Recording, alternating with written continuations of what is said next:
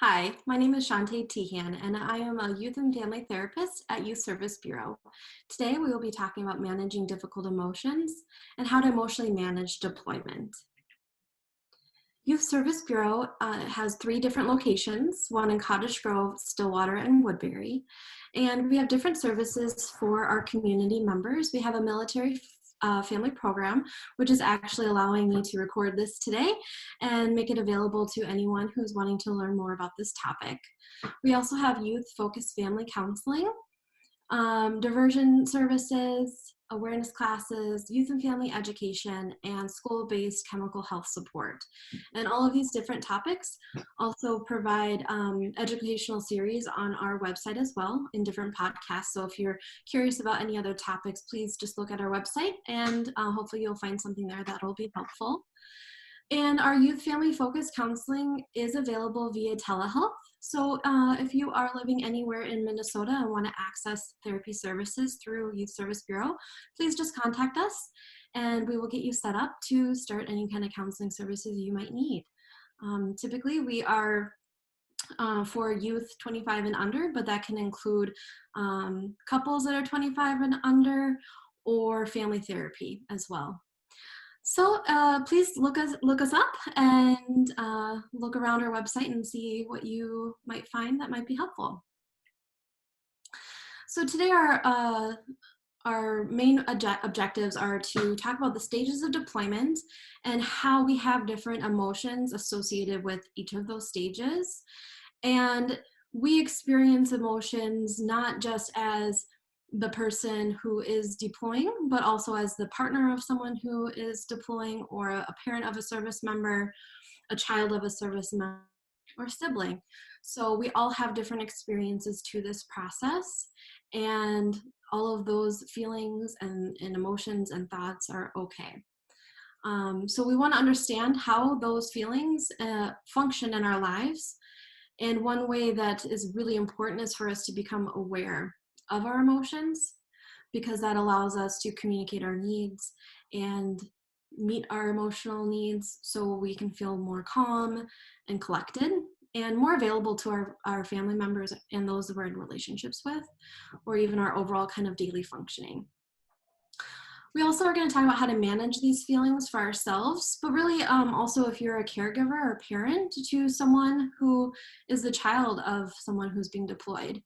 So we want to talk about how we can support children and youth who's experiencing these thoughts and feelings, really through the self-care of yourself as a caregiver, through coping skills for yourself and how to help your child walk through those self-care skills and coping skills, how to use resiliency in our support networks to get through these tough times, and how to utilize effective communication to make sure that everyone's on the same page and we're able to support each other through the big feelings that we're having. So our emotions in deployment, there's typically the three phases of deployment: pre-deployment, deployment, and reunion. And for those of you watching this, you might be in any one of those stages. And we expect there to be a whole host of different feelings and emotions all happening at once, and that's common. And so today we're just going to talk about how to actually manage those big feelings that you might be experiencing. So here is information that I got from the United States of America's Department of Defense that was published in 2014 from a presentation that was done by other therapists and counselors. So it breaks down the different deployment phases as well as the main kind of emotional experiences that typically occur. So for example, pre-deployment phase, you're going to be anticipating that loss of our service member leaving. And for if you are the service member, of you leaving your family and loved ones to go to wherever your deployment is. Stage 2, the detachment and withdrawal. During the deployment phase, that emotional disorganization. Then we have moving into a reunion phase, recovery and stabilization, and then the actual reunion phase, which is the anticipating of the homecoming, the renegotiation of marriage contract, but it's not just of that marriage contract, it can also be renegotiation of roles. I'll mention a little bit about, but also how those family roles might change or You need to resettle in once you're back home with your family members or the family is welcoming home their loved one, and then that reintegration and stabilization period. So the pre-deployment stage, you know, we're anticipating people to be experiencing restlessness, sadness, irritability, anger, and resentment.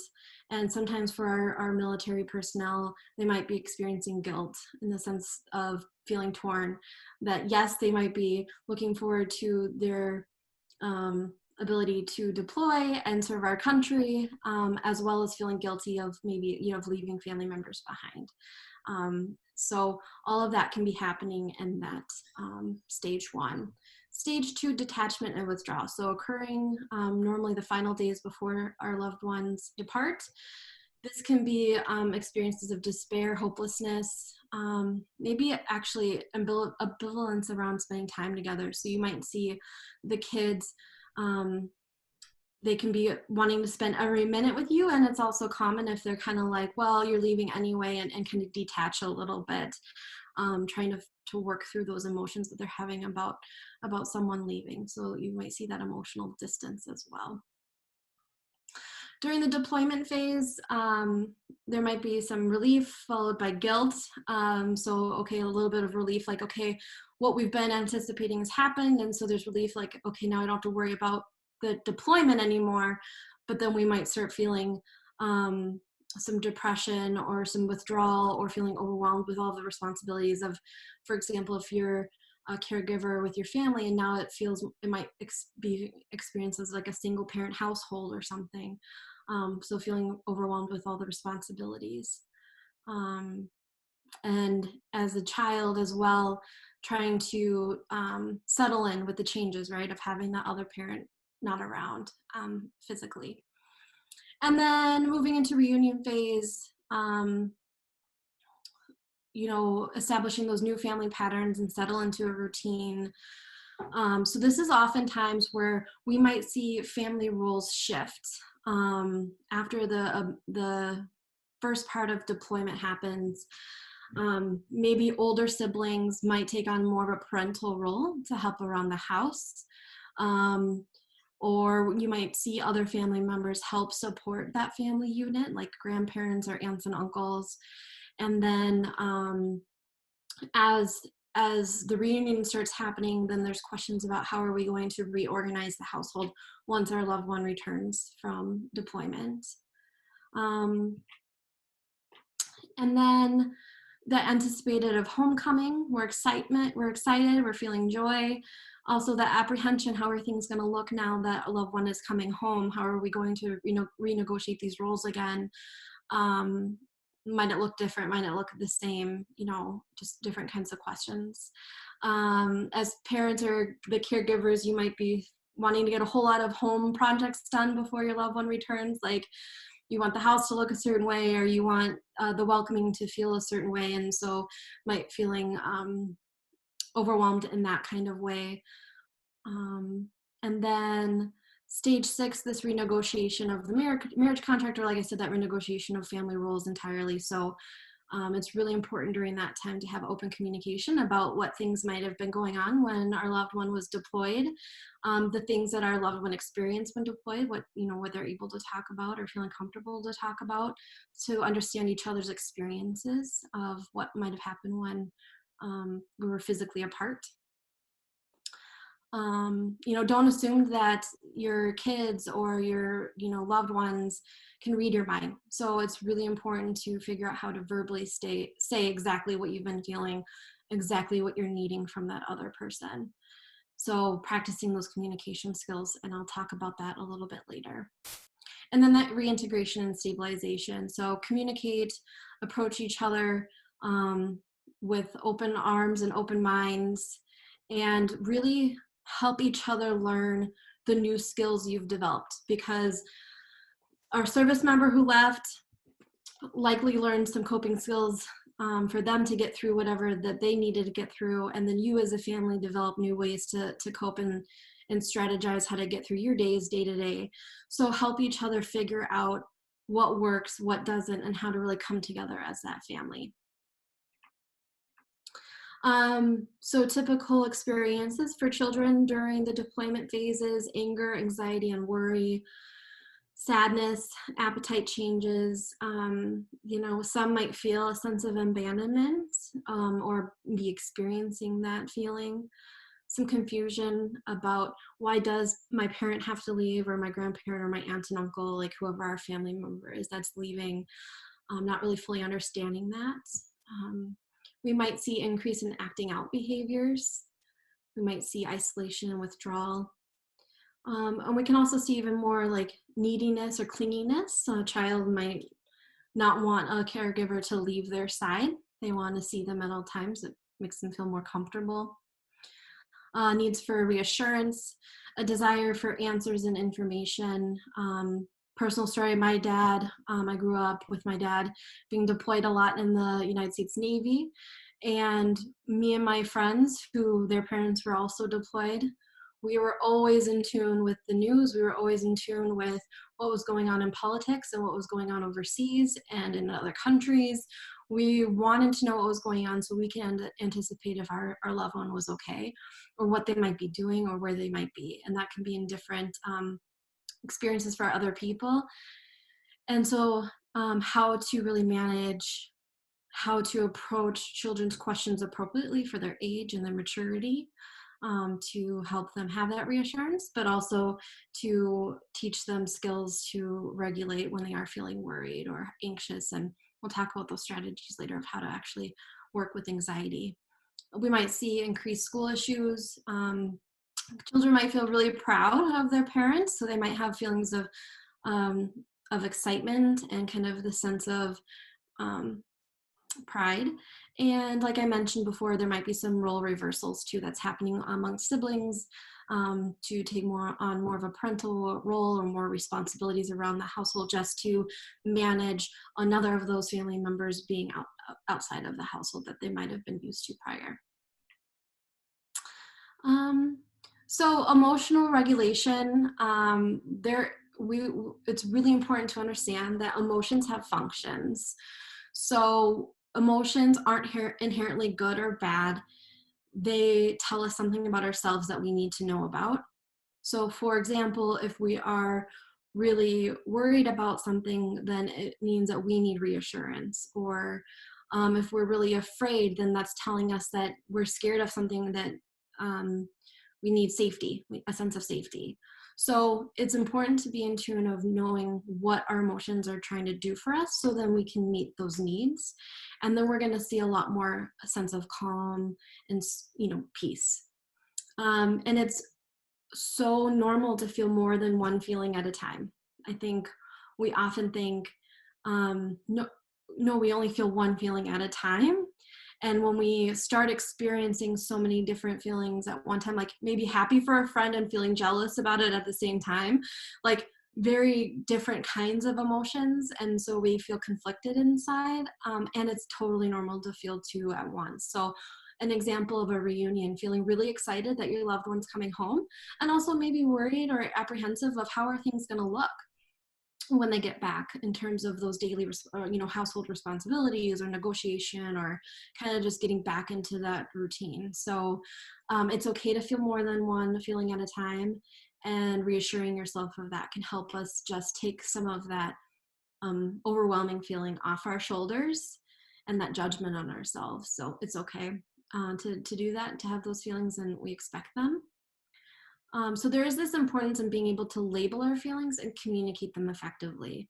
The more that you as a caregiver are able to do this, your children or the children in your lives will be able to see that as a model, and then they will learn how to do it themselves. So first and foremost, you want to be practicing this yourself, feeling comfortable with your feelings and talking about your feelings, again, in age appropriate ways for your children or the children in your life. And we want to role model that. And then we also want to coach. So when you're noticing your loved one, your child, grandchild, niece, nephew, whoever you're with, that they're misbehaving or doing something or withdrawing, what is that behavior really telling us? And how can we help them label that feeling? because once we can name that feeling, we can start working through processing it and getting what we need from other people, or what we need from ourselves to feel again that calm or that peace or that sense of stability. We want to be able to effectively receive support from other people, and that's a skill, right? So if we're saying I'm struggling and then someone reaches out to support us, and then maybe our own pride or something might get in the way and we push them away, that's also not really helping us manage those emotions to get the support we need. So being conscientious about asking for the help we need in an effective way and being open to receiving the help people are willing to give us. And then implement the skills to manage our emotions. And we're going to spend a lot of time on that here in a moment. But we want to be able to first label our experience. We want to ask for help when we need it. And then we want to implement the skills that we need to really manage those emotions so we can return to a place of functioning. When I say that, it means that oftentimes we have these big emotions like overwhelming anxiety or depression or worry or anger. We have a hard time focusing on maybe our work at work, or having our ability to focus or be patient with our kids. So when we're able to manage our emotions as parents and caregivers, and by using these coping skills, not only are we teaching the kids how to do that, but we're also becoming more available to them to help them through these deployment phases as well. So this is just a general emotions and feelings wheel. You can see in the center of the wheel, there are there are 5 basic emotions. Sorry, 6 on here. So joy, love, fear, anger, sadness, and surprise. And this is just a nice one for yourself or kids. There's a lot of different feelings, charts and different things like that that are a little bit more child friendly, but this just helps you understand that kind of the base of maybe feeling insecure or scared might be fear, or when you're feeling angry or really hurt or neglected, that actually is sadness. So it just helps us to really kind of understand where our feelings are lying, and then that helps us identify what we need to do for ourselves to feel better. So some more feelings: anticipation, impatience, anxiety, detachment, worry. You can have these feelings at both times, like I can't do this at all, and then yes I can do this. So we kind of can hover in between these different feelings and emotions, and that's to be expected. So we can, like I mentioned a bit at the beginning, we can feel multiple feelings at once, and it seems confusing, and that's where we start to feel like, oh my gosh, I'm losing my mind. But what you're really doing is you're just a human being experiencing all of the different feelings that come up with being apart from someone we really love and care about. So how I want to start really explaining the emotional regulation piece is how our brain is processing information and our feelings and what that does to our body. Because one way we manage our emotions is actually through being really thoughtful about our body and our sensations. So for example, anxiety. There's this part of the amygdala here in the picture you can see. This is where emotional responses are triggered in our brain, and our brain is going to assess these emotional responses to see if there's actually like a threat. So with anxiety, the threat is something bad might happen. And that's where a lot of, I think, worries and fears are going to happen with our loved ones in deployment. What if something bad happens? So we go into this place where then our prefrontal cortex, which is the front, like of the forehead part of our brain, actually stops functioning at its best capacity. So that's the part of our brain that we think rationally. That's the part of our brain that allows us to think ahead and have abstract thoughts. So when our amygdala is taking over, our prefrontal cortex will shut down, and then we're really driving ourselves on emotion. So we want to be able to find ways when we're talking about regulating our emotions, we want to be able to get our prefrontal cortex back online. And the way that we do that is through first calming down our body and telling our body through our bodily sensations that we're safe, that nothing bad is happening. What happens with that amygdala, sometimes especially with anxiety, is our brain is actually perceiving our worry thoughts to be true realities. So if we are worried about something that is not true, but our brain is perceiving, oh my gosh, there's a lion in this room and it's about to attack us, we're going to go into a few different things in our body. Our breathing is going to become more rapid. We're going to have maybe sweaty palms. We might start shaking. We might go into something called fight, flight, or freeze mode, where it's our body's way of protecting us. So the brain can sometimes go into this phase of not really understanding that our worries aren't actually real. So we have to tell our bodies to act calm, to tell our brain actually everything's good to go. We're safe physically, right? So we're going to do this through emotional regulation. So when we are overwhelmed, when we are anxious, when we are angry and mad and just heated, we are dysregulated. Okay, when we're to the point where we can't think straight or we are pacing back and forth, we're dysregulated. So this is what this emotional regulation is talking about. How can we manage our emotions in a regulated way so we are in control, instead of that dysregulation where we're feeling out of control and we don't have a way to manage ourselves to feel calm. So emotional regulation is a combination of mental effort and physiological control. So mental effort is actually, we're going to work on controlling our thoughts. We're going to work on calming ourselves down through what we're telling ourselves and through actually physiologically doing things like deep breathing or relaxing our muscles, signaling that brain, that amygdala, like, hey, it's okay. So we're going to have to be putting an effort to actually regulate.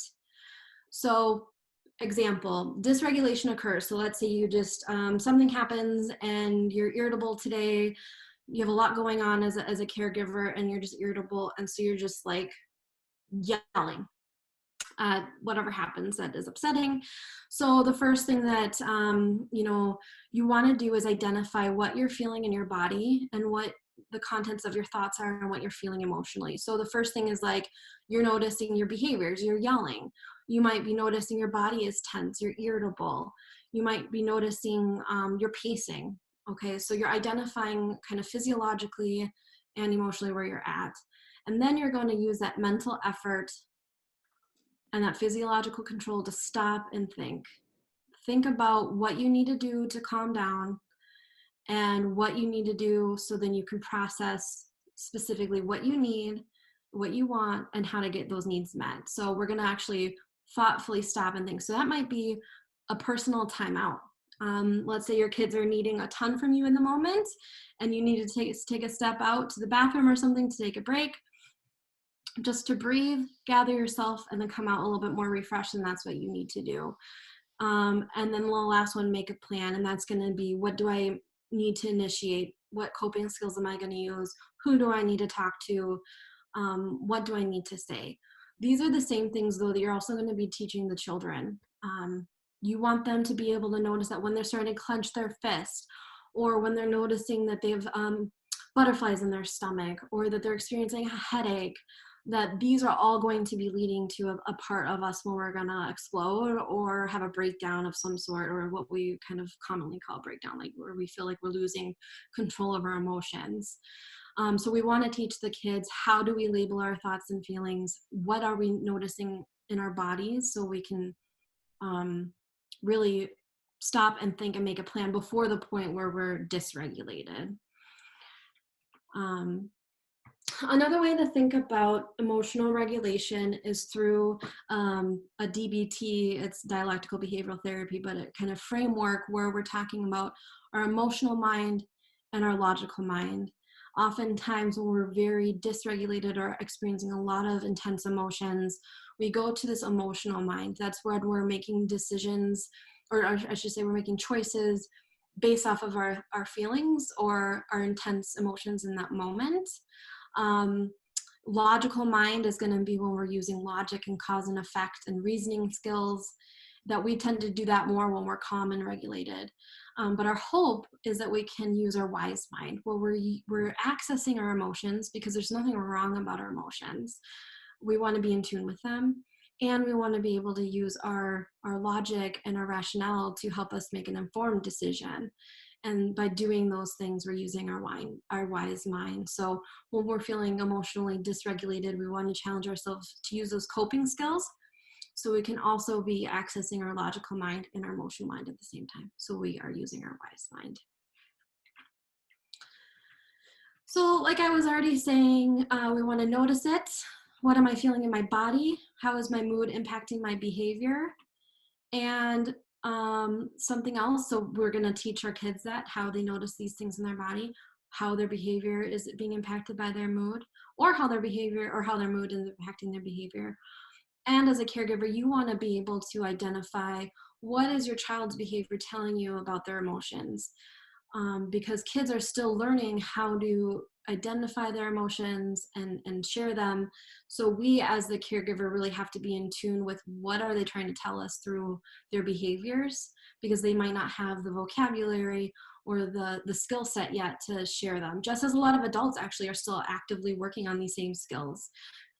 So notice it, name it. So first I'm noticing, let's say I'm feeling really down and sad, and so my body is feeling lethargic and my eyes are crying, right? Like I'm weepy. So let's name it. The name we would name maybe is sad. I'm feeling sad. Now we have this idea, I think a lot of times, that happy is good and sad is bad. In reality, feelings, there's no judgment on feelings. All feelings are good. They all have a purpose. So really encouraging yourself and your child not to judge that sad is a bad thing.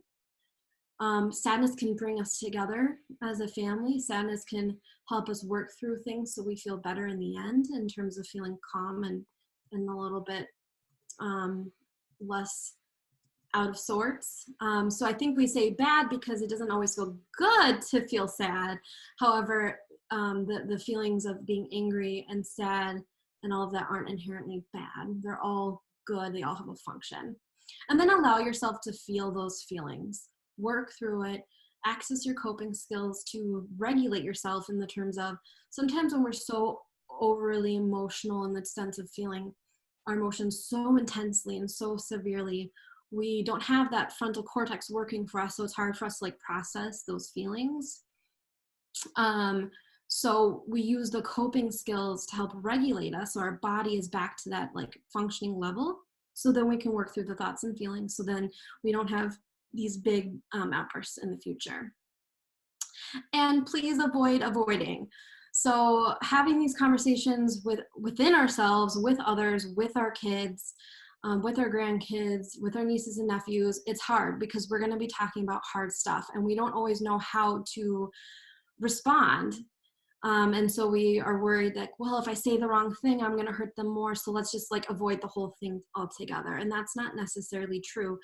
You can trust your kids and in your lives to share their feelings, and you can trust yourself to practice some skills. I'm going to mention a little bit about like listening and just being there and not always having to solve the problem. So it is more than enough to just be there and listen, or even sit in silence, just near someone physically. So please avoid avoiding for yourself and other people. Too much avoiding can lead to more complex issues, like more of a clinical anxiety or depression, or even conflicts within relationships with your loved ones or friends or your kids. So avoid avoiding. There are a lot of different ways to teach emotional regulation with kids. Specifically, oftentimes we will use different color codes. So then if they learn that blue might mean that they're feeling really sad or unwell, and they say, and you say, well, what color are you today? And they say blue. Or you can quickly kind of say, hey, you're in red zone, labeling that they're maybe feeling mad or angry. So sometimes the color code system happens to get them engaged in talking about feelings. And eventually, though, we would be focusing on having them label that mad, angry, yelling, hitting, all those pieces that come with being in the red zone. Something about the yellow zone, right, where you see on here, like frustrated, worried, silly, wiggly, some loss of control. So oftentimes in this yellow zone, it's right before we get to that red zone. Kids who are often really wiggly, or things like that, it can also be a sign of them feeling anxious. So if you're thinking of us as adults kind of pacing or twiddling our pens or tapping our foot, we have a hard time sitting still sometimes when we're feeling anxious. Well, kids might be showing their anxiety through overly silly or wiggly. So that's just kind of something to keep in mind as well. Okay, so being mindful of those unhealthy coping skills or strategies that people use. A huge one would be procrastinating. Another one that I think often gets overlooked is that people pleasing can oftentimes be unhealthy. And that's because for us, we will sometimes do something that doesn't feel good to us or what we want, but we do it to please someone else. And then that leaves us feeling angry or irritable or feeling resentful. So keeping that in mind too for when we're raising children, that we want them to learn their boundaries. So we want to be helpful people. We want to support our friends and other people, and also knowing our own limits, right? So if you're in this situation where your loved one's deployed as, let's say, a parent, and someone's asking you to go do X, Y, and Z over the weekend with them, it's okay to say no if you're feeling like this weekend you need to be home and just tending to your family and doing what you need to do in the house, or just like relaxing and doing nothing, or you're going on a walk. Like, you don't have to have an excuse, and you don't have to give other people reasons why you don't want to do something. So having confidence in yourself that it's okay to say no when you need to take care of yourself and your family, and teaching that to your kids too, so then they know their own limits. It's a big piece of self-care. Watching out for, like, when we're taking things out on other people. I don't think people intentionally do this. However, it is one of those red signs of how is my behavior showing us what we're feeling. So if you're noticing you're being irritable or being kind of offhand remarks or things like that, you can just kind of take a step back and wonder, where is this coming from? Or if you're noticing your kids taking things out on other people, what's beneath that? So basic self-care needs as anyone in one of these situations when our service members leaving or ourselves as a service member. So we want to take care of our physical health. Um, for example, when we are physically active, we're releasing these chemicals in our brain that make us feel really good. So physical health does that for us. And then it also is a release of our emotions. If we're feeling really angry or sad or upset, getting that physical movement can help us kind of move through those bigger feelings. So using physical health or activity on our side to be productive. Eating healthy in our nutrition. There's a lot of evidence that eating certain foods can impact our emotional states, or really impact ADHD or anxiety. So be mindful of what you're eating, what your kids are eating, and how to be healthy with that. We want to avoid mood altering chemicals, so that would be drugs, caffeine in large amounts, nicotine, alcohol. We want to have really good sleep hygiene and habits. So that means that we're going to be falling asleep at regular times, waking up at regular times, getting the rest we need. And exercises on there as an additional one. So with the physical health, that actually also might be like taking care of your physical health. So if you have medical conditions, you want to keep up on those appointments. If you're taking medications, you want to make sure that you're taking your medications regularly. So all of these different pieces all come together for your kids as well. Especially, your kids thrive. Well, what we know is people do, but kids really thrive on routine. So keeping up on when we're going to bed, when we're waking up, when we're having our meals is really going to help manage our emotions. If you ever remember times where you've been overly hungry or really tired, you tend to be more grumpy, or something that would sometimes just like get under your skin. But if you're tired or hungry or both, then, all bets are off. So keeping in mind, how do we keep our routine so we can keep all of these basic self-care needs met? So taking care of ourselves, get and use our own support network. So as caregivers, we need our own support networks. We need people we can rely on. What can happen if we don't have that is parents will and caregivers can use the children as their support networks. And there's nothing wrong in terms of like, it's great when we can support each other. That's wonderful. What I'm saying is that sometimes if we create our child to be that caregiver for us, or that's the only support system for us, then that might not make our child feel like they have room to come to you as their support network, because they're feeling like they are yours. So make sure that you have your support network as the adult, and that you are also supporting your child and making sure that they have their own support networks outside of yourself for things. And that can be through sports groups, through therapy, through hobbies, different things. Setting boundaries, unplugging, self-soothe strategies. I'll talk about that in a minute. Picking and choosing your battles. And that for kids, by helping them do that, it's like, do you really want to have an argument with your sibling right now? Or can we let this one go and focus on something else? Try not to play blame games and have realistic expectations. We're going to reward our efforts on things, not our outcomes. So if this week is a really hard week, instead of focusing on, oh my gosh, I didn't do this, I didn't do this, I didn't do this, or your kid's doing that, reframing that and saying, and look at all the things you did do.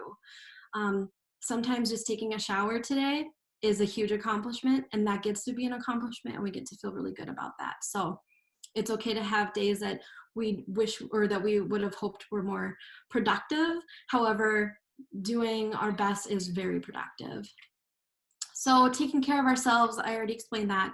So one skill, like I mentioned, we want to be able to access that prefrontal cortex of our brain, and ways that we first want to do this is by relaxing our bodies through deep breathing. So one way you can teach your kids about deep breathing is actually using their hand, and this is called 5-finger breathing. So as you're breathing in, then you're going to hold it here at the top of the fingers for a few seconds, and then you're going to exhale. And your exhales, you really want to empty your lungs. So exhale as much as you can, and then breathe back in, holding it, and then exhaling. And you're going to do that 5 times. Another example could be star breathing, same kind of thing, inhaling, holding it at the points, exhaling, and then you would just create the star. So there's lots of different ways to do creative deep breathing. A really nice one is inhaling the smell of a flower, and then exhaling, blowing out a candle. Okay. Another way to help calm our bodies when the kids are feeling upset, or even you, if you're feeling overwhelmed with having to do X, Y, and Z, and everyone needs a timeout, get out some bubbles. You're gonna be able to deep breathe in and blowing the bubbles out, and then the kids are having fun because they're popping bubbles, but really you're calming yourself down. So it's kind of a win-win situation when you're thinking about, how can I manage my own emotions when I'm also needing to take care of the kids? Grounding exercises, 5 senses, naming 5 things you can see, 4 things you can feel, 3 things you can hear, 2 things you can smell, and 1 thing you can taste. This again is a grounding exercise, so it's taking us out of that amygdala part, or helping us calm that part down by using what we're noticing in our environment. So when we're noticing something, we're not saying, I see a tree.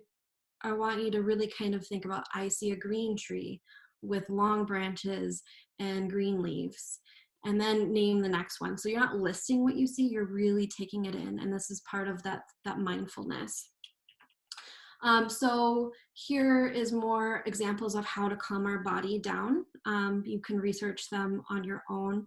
I want to be able to get to some other topics today as well. So, but first thing we really want to do is those deep breaths, and then figure out other ways to relax our bodies, so then we can get that prefrontal cortex working again. Mindfulness, meditation, those are all aspects of how, again, we can just calm our bodies, be in the moment. Sometimes when we get overwhelmed with our anxiety, we start to spiral. And so being really in the moment helps ground us. One way to catch yourself with the anxiety is if you're thinking too much about the past or too much about the future, then you know that you need to really pull yourself in and just focus on the here and now in the moment. So are you being mindful or mindful? A way to be mindful is, again, being in the moment. When you're, like, for example, when you're eating your food, focusing on the texture, the taste. Can you taste the different ingredients? Is it hard? Is it soft? Does it take a long time to chew? All of those different things, to really be in the moment, not about what was happening earlier today or 2 years ago, or what's going to happen in the next few months. So meditating or really being in the moment helps us have our emotional control, helps us have control of our thoughts, and improves our sleep, actually. So there's a lot about meditation and mindfulness that if you start accessing it, you'll see that the more you do it, the easier it's able to be implemented and calm you down. It's a muscle. Just like if you're working out at the gym, the more you do it, the stronger that muscle gets.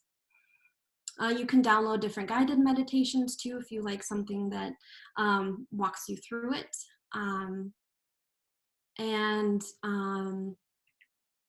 Here are some different apps you can use. And again, there's a list of apps at the end of this, after our resources page, that you can use. Then our cognitive skills. So once we get our body calmed down, we can start using other coping skills to continue our regulation journey.